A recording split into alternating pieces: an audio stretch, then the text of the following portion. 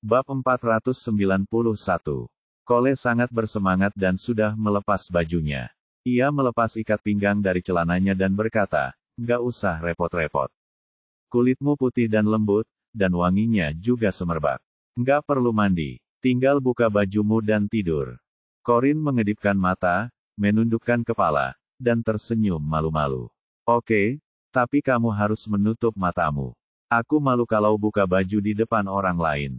Kata-katanya bagaikan musik di telinga Cole sejak ia mulai menikmati momen itu. "Kau suka sekali jual mahal, ya, sayangku. Oke, aku ikut saja. Aku akan menutup mataku sekarang, dan aku janji tidak akan mengintip saat kau melepas bajumu." Cole tersenyum di akhir kalimatnya dan menutup matanya. Tiba-tiba, raut wajah Corin berubah dingin, dan ia mengeluarkan ponselnya. Ia membuka aplikasi kamera, menggantinya ke mode rekam video, dan mengarahkannya tepat ke wajah Cole. Ia lalu berusaha berbicara dengan nada menggoda, "Tuan Cole, siapa bilang aku jago di ranjang?" Cole menjilat bibirnya dan menggosok-gosokkan kedua tangannya. "Kamu nggak perlu khawatir. Buka bajumu saja. Aku nggak sabar melihat tubuh indah bayi mungilku yang manis." Corin menegurnya dengan nada bercanda, "Anak nakal banget. Jangan buka matamu, oke? Aku nggak akan buka baju kalau kamu nggak kasih tahu siapa yang ngasih tahu kamu." Cole menyeruput ludahnya dan tersenyum nakal, "Oke, oke. Aku beritahu. Ini Rosie. Dia bilang kau jago main game-game yang disukai pria, jadi aku juga ingin bersenang-senang denganmu." "Jadi, itulah dia." Corin lalu terkikik genit. "Benarkah? Kau sangat percaya padanya. Bagaimana kalau dia salah?" "Aku tidak peduli dia benar atau salah. Kamu milikku hari ini. Dan bagaimana jika aku bilang tidak?" Cole mengira dia sengaja mengatakan itu hanya untuk membuat suasana lebih menarik dan menjawab, "Kalau kamu bilang tidak, kamu tidak bisa menyalahkanku karena agak kasar padamu. Aku akan menikmati setiap inci tubuhmu, bahkan jika itu berarti memaksakan diri." Corin mendengus pelan dan berkata, "Oke, Tuan Cole. Buka matamu sekarang." Cole membuka matanya dengan penuh semangat, tetapi ketika dia melihat Corin masih berpakaian lengkap, dia pun marah padanya. "Kamu main apa sih? Hei, jalang. Kenapa belum buka baju?" Corin melirik puas ke video yang direkamnya di ponselnya dan menyimpannya sebelum berkata dengan acuh tak acuh, "Permainan yang kau sebutkan sebelumnya yang disukai pria. Yah, aku tidak seorang profesional seperti yang kau klaim. Kau salah memilih gadis jika kau ingin bersenang-senang. Dasar jalang sialan. Beraninya kau menipuku. Kau punya pilihan, mau dengan cara mudah atau susah, jadi kalau kau tidak mau buka baju, aku pasti akan menelanjangimu." Novel drama. Cole kehilangan kesabaran dan menyerbu Corin bagai serigala lapar. Corin tetap tenang saat ia melancarkan tendangan cepat dan kuat ke selangkangannya. Wajah Cole memucat, dan ia memegangi selangkangannya dengan penuh penderitaan. Air mata mengalir di wajahnya saat ia mengerang tertahan. "Apa kau serius mau memaksakan diri padaku padahal hanya ini yang kau punya? Dasar pecundang." Corin melambaikan ponselnya dan memutar ulang video yang baru saja diambilnya. "Semua yang Anda katakan tadi sudah direkam, Tuan Cole. Seharusnya itu sudah cukup bukti bagi pengadilan untuk menuntut Anda atas tuduhan percobaan pemerkosaan." Keadaan berbalik pada Cole, dan dia berkata, "Sialan jalang. Kamu." Saat itu, terdengar suara dari luar ruangan. "Lukas, aku melihat sekretarismu, Corin, mengikuti seorang pria ke ruangan ini. Dia tidak dalam bahaya, kan? Sepertinya dia masuk dengan sukarela bersama pria itu." Itu tidak lain adalah suara Rosie. "Cih, apa dia bawa Lukas ke sini cuma buat ngerjain aku?" pikir Corin. Kenop pintu diputar kuat-kuat dari luar, tetapi pintu kamar tidak kunjung terbuka. Tiba-tiba, terdengar suara tegas Lukas, "Buka pintunya." Bab 492. Cole tampak panik ketika mendengar suara Lukas. Ia segera memunguti pakaiannya yang berserakan di tanah dan memakainya.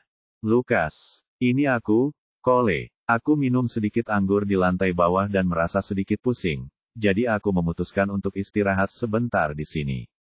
Hanya aku dan tidak ada orang lain. Ada yang kau butuhkan dariku?" "Sial," pikirnya, "mati aku. Kenapa Lukas ada di sini? Cole tampaknya mendengar suara Rossi mengatakan bahwa wanita di ruangannya adalah sekretaris Lukas, dan dia juga ingat Rossi mengatakan bahwa dia datang bersama bosnya. Ini buruk. Kalau saja Cole tahu hal itu akan terjadi, dia tidak akan pernah berani berhadapan dengan anak buah Lukas. Buka pintunya, ulang Lukas. Ia tak peduli dengan kejahilan pihak lain. Cole tak punya pilihan. Ia tak berani membuat Lukas kesal, jadi ia buru-buru mengenakan pakaiannya, pergi membuka pintu, dan tersenyum getir. Kenapa kau di sini, Lukas? Tatapan Lukas yang acuh tak acuh dan dingin membuat Cole takut dan mundur sedikit. Pria itu kemudian masuk ke ruangan, melihat sekeliling, dan melihat tidak ada orang lain di dalam. Cole juga sama terkejutnya. Bukankah gadis itu ada di sini? Kemana dia menghilang? Yah, tapi aku tidak mengeluh. Dengan begitu, Lukas tidak akan memergokiku bersamanya, dan aku tidak perlu mencari alasan untuk menjelaskan situasinya kepadanya. Siapa yang kau cari, Lukas? Bukankah sudah kubilang aku sedang beristirahat sendirian di kamar ini? Begitu Rossi mendengar ada yang tidak beres, ia langsung masuk dan mencari kemana-mana di ruangan itu. Raut wajahnya penasaran ketika ia bertanya, kemana dia pergi? Aku berani bersumpah aku melihat Corin datang ke sini bersama Cole. Cole melotot ke arah Rossi dan mengumpatnya dalam hati karena ingin mempersulit hidupnya. Saat itu, suara deras air terdengar dari kamar mandi. Rossi langsung menunjuk ke arah itu dan berkata, dia mungkin ada di kamar mandi. Lukas juga mendengar suara dari kamar mandi, dan dia menyipitkan matanya sambil bertanya pada Cole. Siapa di sana? Tidak ada. Cole memasang ekspresi bersalah di wajahnya. Rossi memasang ekspresi terkejut dan malu di wajahnya. Pasti Corin yang ada di dalam sana. Dia mungkin sedang mandi setelah mereka melakukan perbuatan itu. Ketika Cole melihat Rossi yang membawa Lukas ke sana, ia tahu bahwa ia telah jatuh ke dalam perangkap Rossi dan amarahnya berkobar. Setelah mendengar sindiran Rossi bahwa Corin sedang mandi setelah mereka melakukannya, ia tak kuasa menahan diri untuk tidak mengumpatnya. Novel drama. Omong kosong apa yang kau bicarakan. Bahkan jika aku membawa seorang wanita ke rumah, dia tidak akan mandi sekarang karena kami masih akan berhubungan seks. Aku bisa tahan lama di tempat tidur. Rossi terdiam. Ia merasa Cole benar-benar pria yang tak tahu malu dan pantas bersama Corin. Lukas menghampiri dengan wajah cemberut dan mengetuk pintu kamar mandi tanpa basa-basi. Siapa di sana? Keluar. Akan tetapi, selain suara air mengalir di kamar mandi, tidak ada seorang pun yang menjawab, dan tidak ada seorang pun yang datang membukakan pintu. Ada apa, Lukas? Kenapa kamu dan Rossi ada di sini? Apa yang terjadi? Anya melewati pintu dan masuk dengan gelisah untuk bertanya apa yang sedang terjadi. Ia sengaja mengajak beberapa kerabat dan teman untuk ikut campur, tetapi ia bersikap seolah-olah hanya kebetulan lewat. Rossi menghampiri Anya dan menjelaskan, Lukas sedang mencari sekretarisnya, Corin, tapi siapa sangka Corin akan datang ke sini bersama Cole dan, melakukan itu. Anya tiba-tiba tersipu. Bagaimana mungkin? Bukankah Corin baru pertama kali bertemu dengannya di ruang perjamuan tadi? Bab 493. Rossi mengerutkan bibir dan mendesah. Beberapa orang berkembang cukup cepat dalam hubungan mereka dan akhirnya tidur bersama setelah bertemu pertama kali. Kita mungkin terlalu konservatif, Anya. Aku tidak mengerti bagaimana ada perempuan yang bisa tidur dengan banyak orang seperti itu. Begitu gadis-gadis yang dibawa Anya mendengar hal itu, mereka langsung mengeluarkan ponsel dan mengirim pesan kepada teman-teman mereka agar datang dan melihat keributan itu. Efek seperti itulah yang ingin dicapai Anya.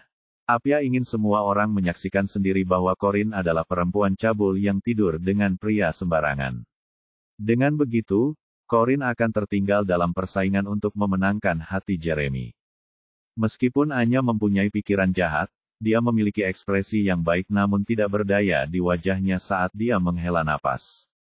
Meskipun hubungan Corin dan Cole berjalan terlalu cepat, mereka berdua lajang, dan mereka bebas melakukan apapun yang mereka mau. Kita tidak boleh ikut campur. Biarkan saja mereka menghabiskan waktu bersama. Kebebasan. Haruskah dia main-main di kamar dengan pria yang baru dikenalnya dengan dalih kebebasan? Gelombang amarah tiba-tiba muncul di hati Lukas, dan entah bagaimana ia tak mampu menahannya. Dalam 2 hari terakhir, ia melihat Corinne sebagai perempuan cakap dan memiliki etos kerja yang baik. Kesannya terhadap Corinne pun mulai berubah, dan ia tak lagi menganggapnya gadis tak bermoral seperti yang dulu ia bayangkan. Sayang, kesan baik yang dimilikinya terhadapnya telah berubah menjadi kekecewaan dan rasa jijik. Bagaimana mungkin seorang gadis baik yang bertindak sebagai wanita yang baik dan cakap dalam pekerjaannya, begitu bejatnya sampai menerima rayuan pria lain yang hanya mempermainkannya?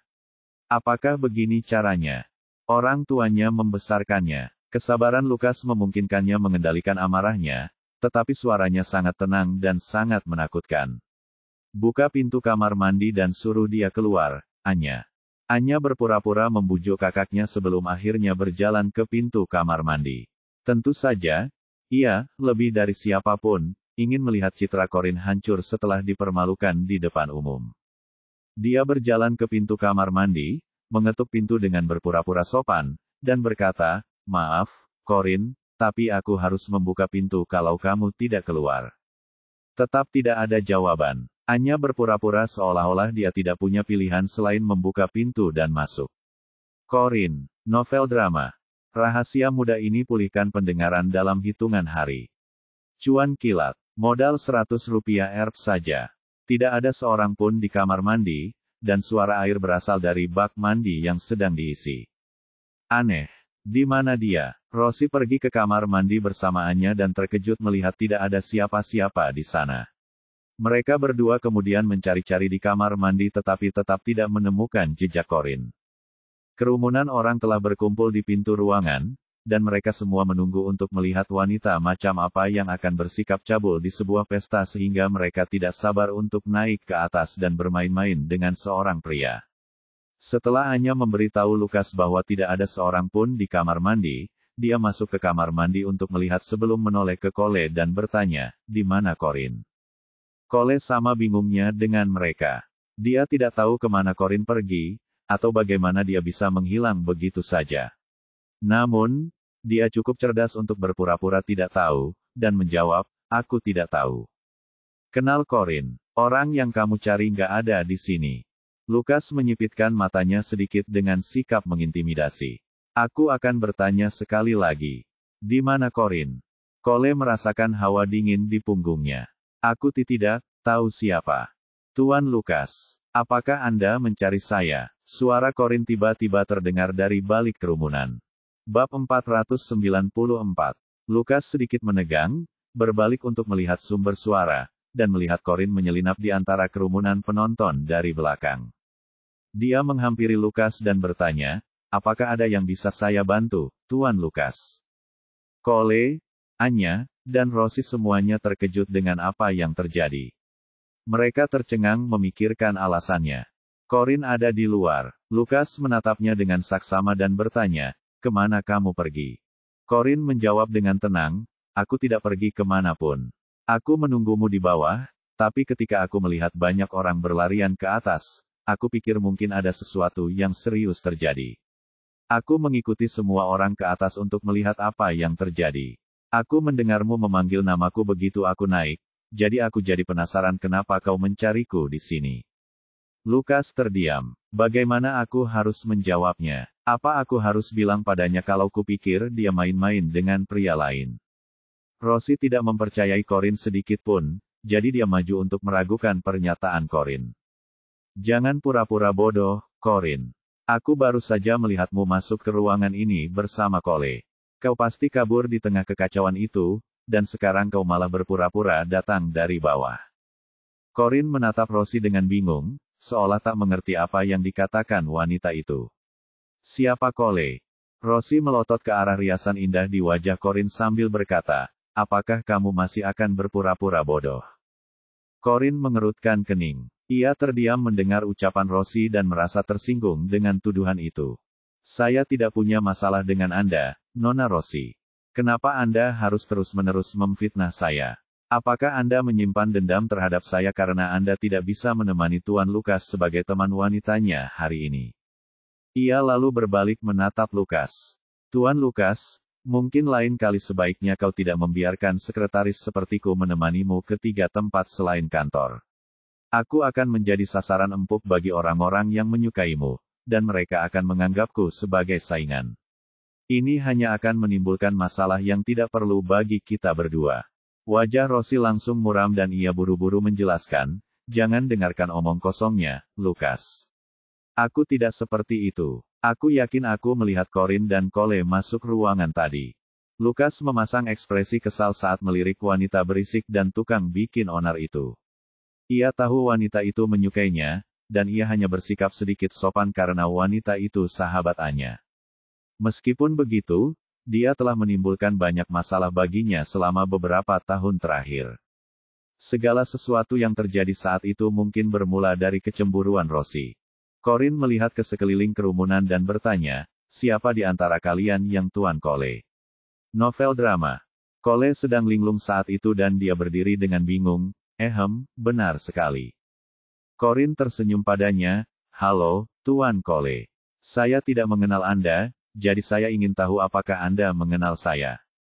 Pertanyaannya membuatnya tertegun sejenak, dan dia menyadari bahwa dia tidak akan pernah bisa mengakui bahwa dirinya hampir memaksakan diri pada sekretaris Lukas. Dia langsung menggelengkan kepala dan berkata, tidak.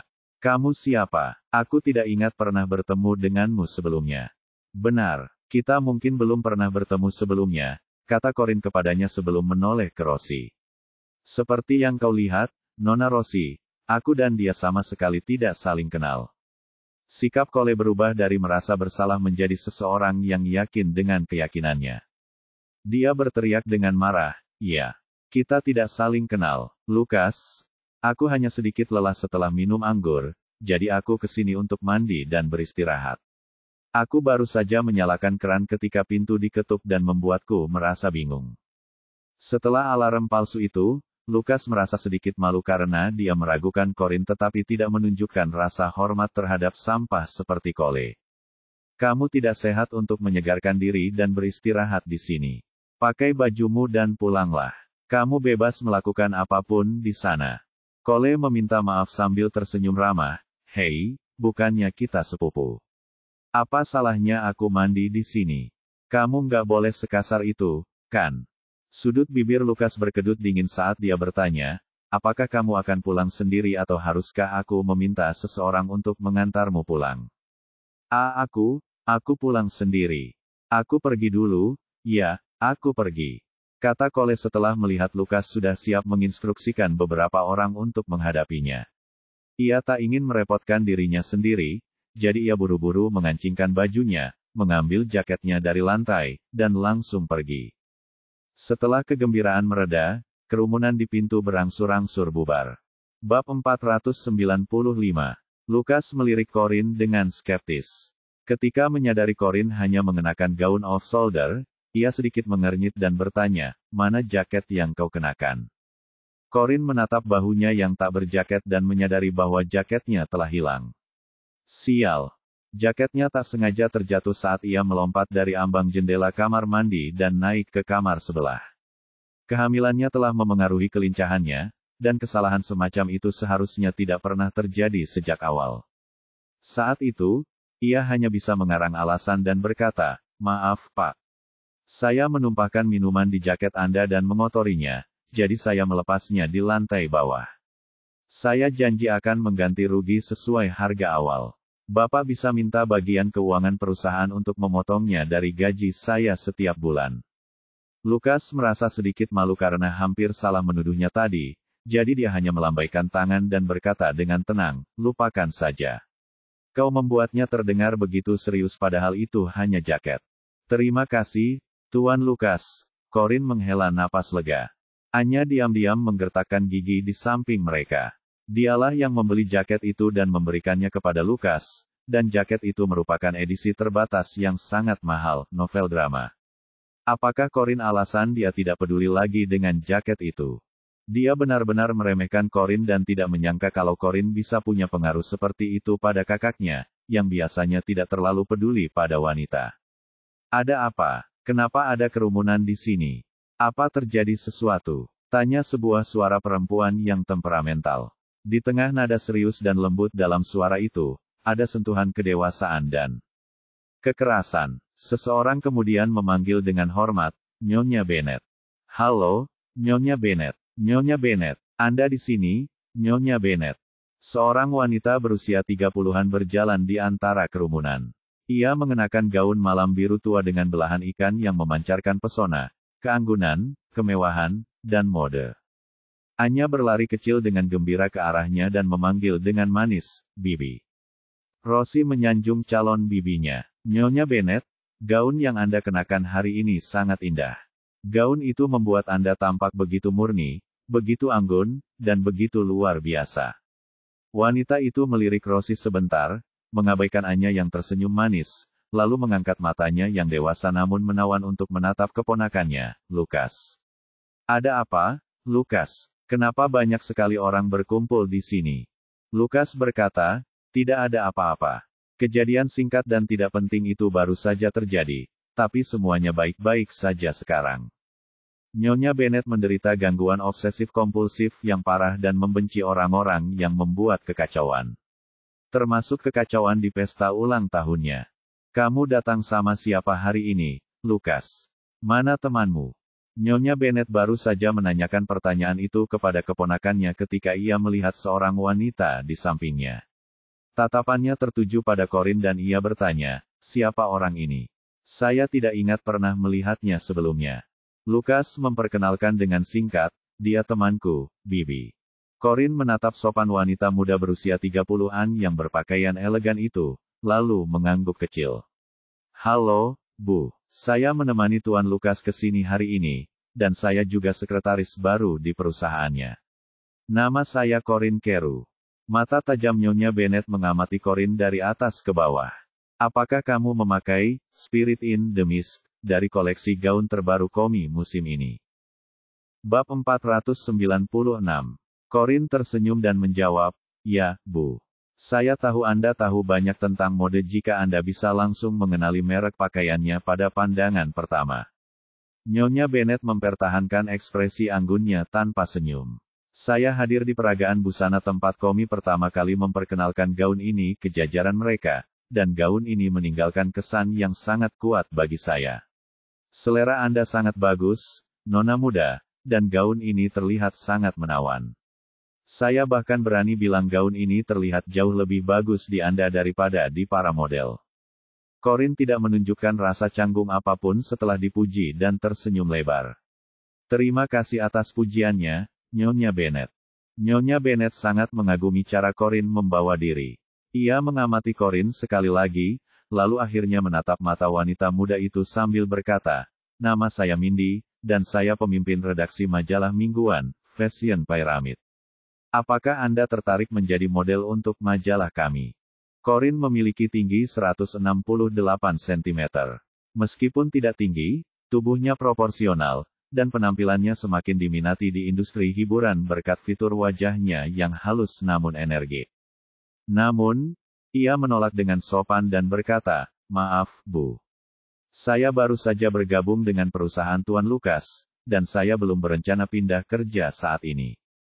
Nyonya Bennet tampak agak iba di matanya. Sungguh memalukan seorang wanita muda secantik dia bekerja sebagai sekretaris. Corin tersenyum tipis. Merupakan suatu kehormatan besar menerima kekaguman Anda, dan meskipun saya tidak akan berganti pekerjaan, saya selalu bisa membantu di luar jam kerja jika perusahaan Anda membutuhkan saya untuk pemotretan. Ia lalu menatap bosnya, Lukas, dengan penuh hormat dan meminta izin. Seharusnya aku bisa bekerja paruh waktu setelah jam kerja, kan? Sebelum Lukas sempat berkata apa-apa, Nyonya Bennet bertindak sebagai kakak Lukas dan berkata, kamu tidak perlu bertanya. Dia tidak akan berani menolak. Dia tidak punya alasan untuk menolak ketika bibinya hanya meminjam bantuan karyawan perusahaannya. Namamu Corin, kan? Tinggalkan nomor teleponmu, nanti aku hubungi. Lukas tak bisa berkata apa-apa karena ia masih harus menunjukkan rasa hormat kepada bibinya. Corin mengambil ponsel yang diberikan Nyonya Bennet dan menyimpan nomornya di daftar kontak. Nyonya Bennet memandang Corin dengan puas dan semakin menyayangi wanita muda itu setiap kali ia meliriknya. Ia merasa Corin sangat familiar baginya, tetapi ia tidak mengerti mengapa. Di samping mereka, wajah Rosie menjadi masam dan dia merasa seolah telah menyaksikan ketidakadilan yang luar biasa ketika Corinne mendapatkan penghargaan dari Nyonya Bennet tanpa usaha apapun. Nyonya Bennet adalah pemimpin redaksi sebuah majalah mode ternama internasional, dan ia dikenal oleh para pelaku industri sebagai iblis wanita mode. Dulu, hanya para superstar dunia atau tokoh berpengaruh yang bisa tampil di Fashion Pyramid. Seorang gadis desa seperti Corinne tidak akan pernah layak menjadi model untuk majalah Fashion Pyramid, dan Rosie sama sekali tidak bisa memahami apa yang dilihat Nyonya Bennet dalam dirinya. Pada saat itu, Anya melangkah maju dan berkata dengan senyum manis, "Mengapa kamu tidak memberitahuku bahwa perusahaanmu membutuhkan model? Aku punya banyak waktu sejak kembali ke negara ini, jadi aku senang membantu jika Anda membutuhkan model. Perusahaan Lucas selalu sibuk, jadi kamu tidak perlu membebani sekretarisnya. Corinne mungkin terlalu sibuk untuk bekerja sebagai model paruh waktu." Nyonya Bennet memasang ekspresi acuh tak acuh dan dingin saat menatap keponakannya yang berperilaku baik dan bijaksana. "Bukannya aku tidak ingin kamu menjadi model kami, tapi penampilan dan temperamenmu tidak sesuai dengan gaya dan target audiens Fashion Pyramid." Senyum di wajah Anya membeku, dan ia mengangguk dengan ekspresi agak terluka. "Oke, kurasa aku terlalu tinggi hati, berpikir aku bisa membantumu."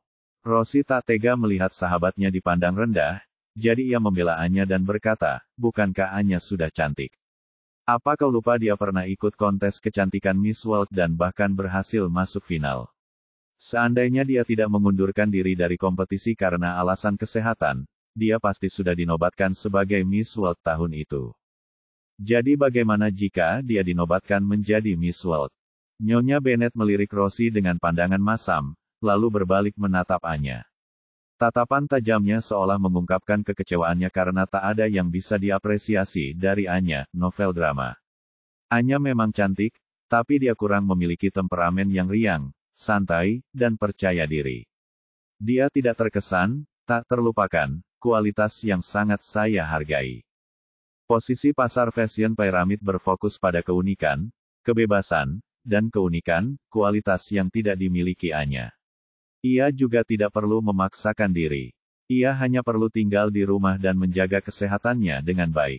Bab 497. Ketidaksetujuan Nyonya Bennet terhadap Anya sudah terjadi sejak lama. Anya memang tak punya kepribadian sejak kecil, dan ia begitu terobsesi dengan laki-laki hingga ia menjadi gadis yang tak punya nyali ketika bertemu Jeremy. Jika ada satu hal yang dibenci Nyonya Bennet, itu adalah perempuan yang tak bisa hidup tanpa laki-laki. Seandainya Anya bukan keponakannya, ia bahkan tak akan mau repot-repot memandang gadis itu. Rosie mengerutkan kening. Ia menatap Corinne yang dibencinya dengan penuh kebencian dan bertanya, "Jadi, apakah Nona Corinne lebih cantik daripada Anya?" "Sepertinya tidak." Nyonya Bennet menoleh ke arah Corinne dan memperlihatkan ekspresi kekaguman yang sama seperti sebelumnya.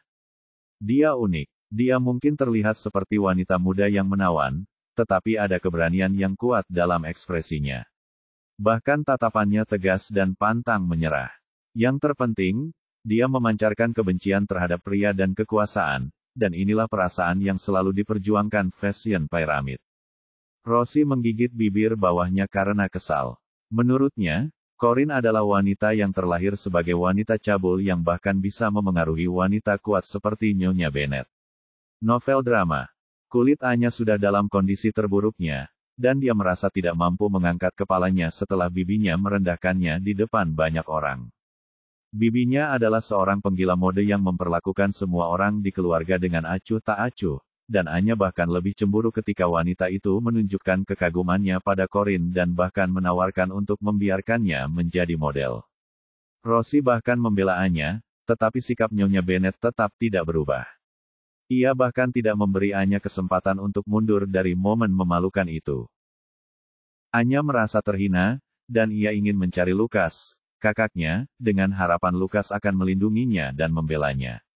Namun, begitu ia mengangkat kepalanya, matanya tiba-tiba berbinar. Di balik kerumunan penonton, ada sosok yang familiar, pria yang sudah lama ingin ia temui. Ia langsung sedikit bersemangat ketika bertanya, Kapan kau sampai, Jeremy? Jeremy berdiri di ujung kerumunan, dengan tinggi badannya yang menonjol dan aura yang kuat menjulang di atas lautan kepala manusia. Jeremy, dia di sini. Jantung Corin bergetar dan tiba-tiba dia menoleh. Seperti dugaanku, Jeremy berdiri di sana tanpa ekspresi bak patung, dan seluruh tubuhnya memancarkan hawa dingin yang menusuk tulang. Kenapa dia di sini? Kukira keluarga Holden tidak akan datang ke pesta yang diselenggarakan keluarga Rivera. Pupil mata Corin bergetar, dan tanpa sadar ia mengepalkan telapak tangannya erat-erat sementara jantungnya berdebar kencang. Ia tetap saja bertemu pria itu pada akhirnya. Anya berjalan melewati kerumunan dan setengah berlari kecil menuju cinta sejatinya. Bukankah kamu pergi perjalanan bisnis kemarin? Kenapa kamu pulang begitu cepat? Bab 498. Kemunculan Jeremy yang tiba-tiba mengejutkan orang banyak, dan mereka semua mulai berbisik-bisik di antara mereka sendiri. Aku nggak salah lihat, kan? Apa Jeremy Holden ada di pesta keluarga Rivera? Dia datang ke sini dengan sukarela demi Nona Anya, iya. Sungguh mengharukan dia membuat pengecualian untuk gadis yang dicintainya dengan menunjukkan kebaikannya kepada keluarga Rivera meskipun ada perseteruan keluarga mereka. Kurasa keluarga Rivera dan Holden kini perlahan mencairkan suasana, meskipun mereka belum pernah berinteraksi sebelumnya. Saya mendengar rumor bahwa dia bersikeras bertunangan dengan Nona Anya meskipun ada keberatan dari para tetua keluarganya. Apapun itu, kau tak bisa menyangkal kalau dia tampan. Aku iri sekali pada Nona Anya. Seolah punya adik laki-laki tampan yang selalu memanjakannya saja belum cukup, dia bahkan punya calon suami yang tampan dan berkuasa, Tuan Jeremy. Ah, aku juga sangat iri. Di tengah bisikan-bisikan dan diskusi, Jeremy menundukkan pandangannya dan menanggapi Anya dengan singkat. Ya, jawabannya yang singkat dan singkat meninggalkan banyak imajinasi. Suaranya yang dalam dan tegas terdengar riang dan santai, dan nada bicaranya membuat semua orang merasa seolah-olah hubungan mereka berdua jauh lebih kuat daripada yang mereka duga sebelumnya. Hal ini dapat diibaratkan seperti pasangan lanjut usia yang tidak perlu banyak bicara untuk menyampaikan pikirannya karena keintiman, hubungan, dan pengertian yang telah terjalin selama ini. Namun, Lukas menyipitkan matanya dengan penuh kebencian setelah melihat adik perempuannya berdiri bersama Jeremy. Tak terpikir olehnya bahwa Jeremy akan muncul di sana. Lalu, seolah berdasarkan naluri, Lukas melirik sekretarisnya Corin untuk melihat reaksinya. Ekspresi Corin tetap acuh tak acuh dan tenang seperti biasa, dan tidak banyak emosi di wajahnya. Sebaliknya, emosi Nyonya Bennet tampak jelas, dan ia melirik Jeremy dengan dingin. Kemudian, ia melihat obsesi keponakannya terhadap Jeremy, yang kemudian memancarkan jejak kebencian dan ketidakpuasan di matanya. Sepatu hak tingginya berdebum di tanah dan ia berjalan dengan anggun. Aku tidak ingat pernah mengundangmu ke pesta ulang tahunku. Apa begini cara Holden biasanya bersikap? Dengan datang tanpa diundang ke suatu acara.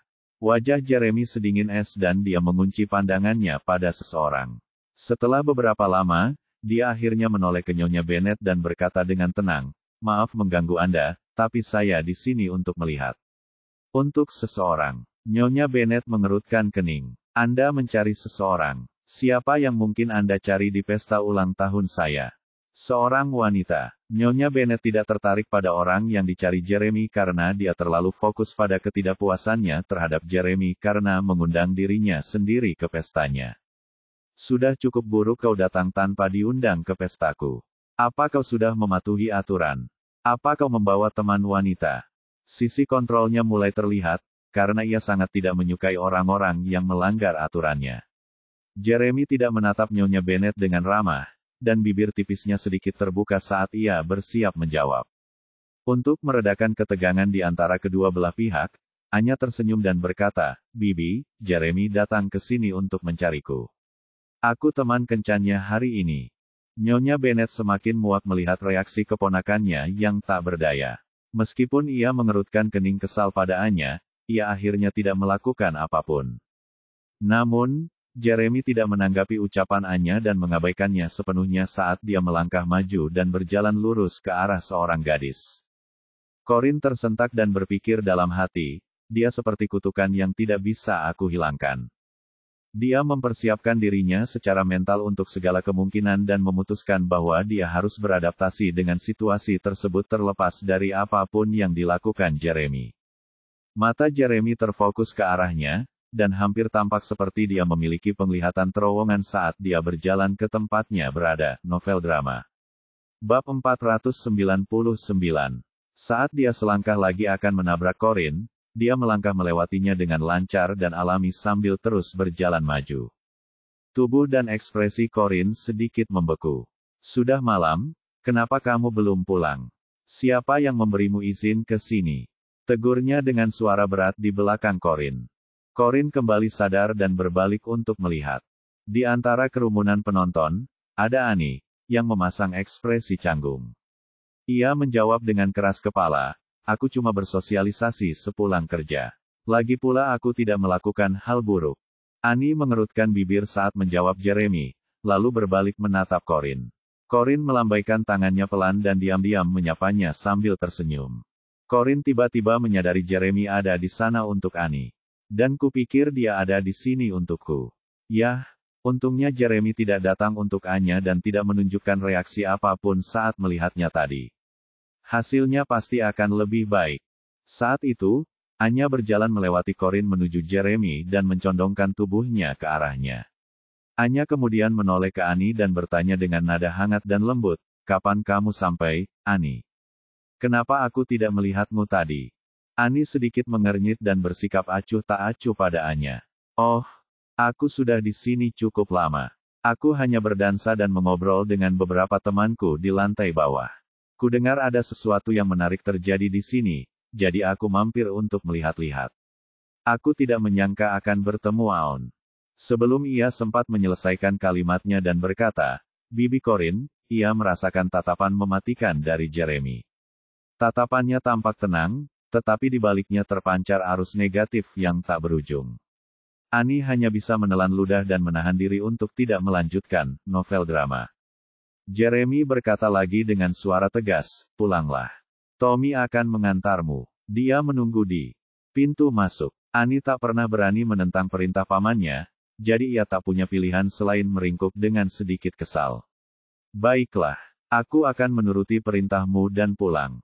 Dia merasa kesal karena harus ditegur olehnya di depan umum padahal dia sudah dewasa. Sungguh memalukan. Annie lalu bergumam dengan suara pelan, astaga.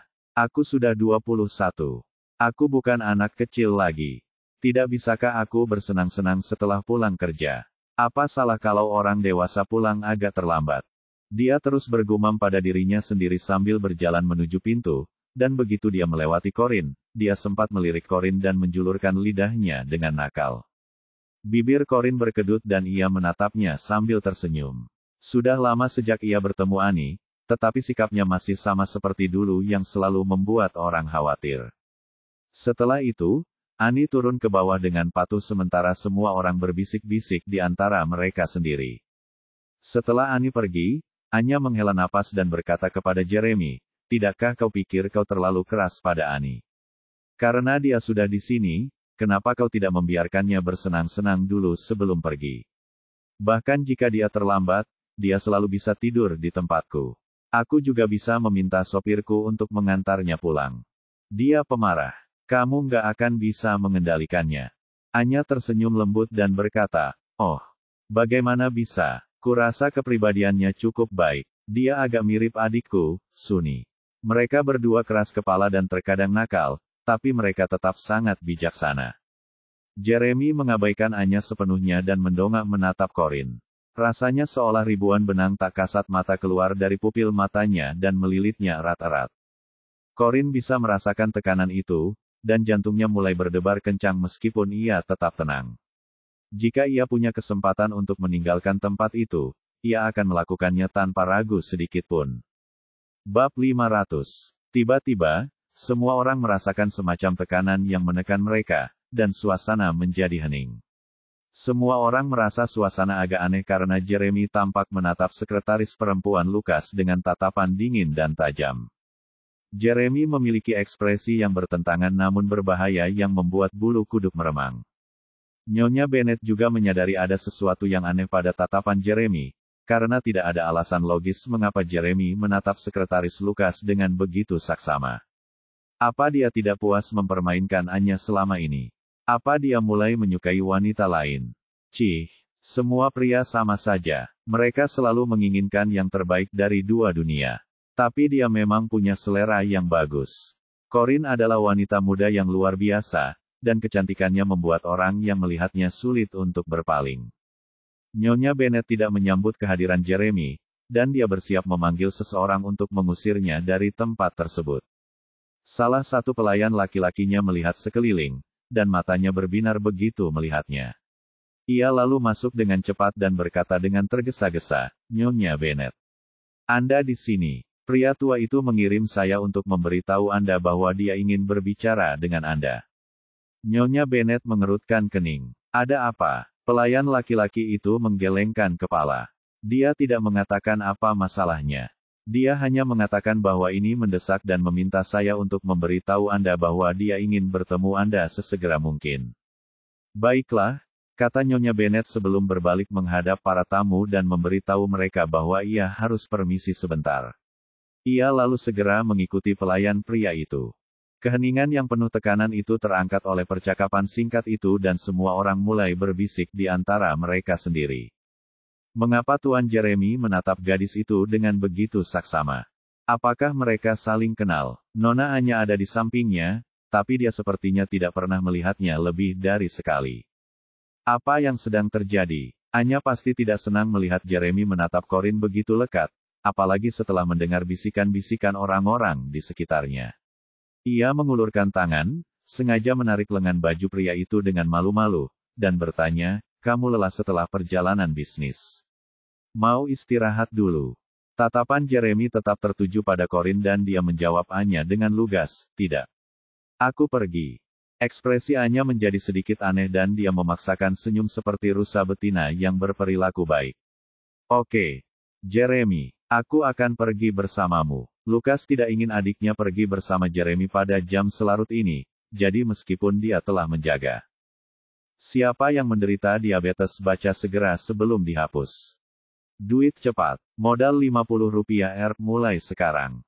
Tenang sepanjang waktu, dia tetap melangkah maju dan berkata, "Kamu sudah di sini, jadi kenapa kamu tidak tinggal untuk minum?"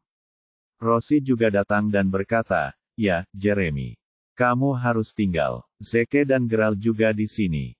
Saat dia berkata demikian, dia sengaja menghalangi pandangan Jeremy terhadap Corinne. Ekspresi Jeremy tetap tidak berubah. "Tidak, terima kasih. Aku ada urusan lain." Ia lalu melangkah maju dan berjalan menuju pintu. Saat melewati Corinne, ia tiba-tiba menghentikan langkahnya dan menoleh untuk menatapnya dengan dingin.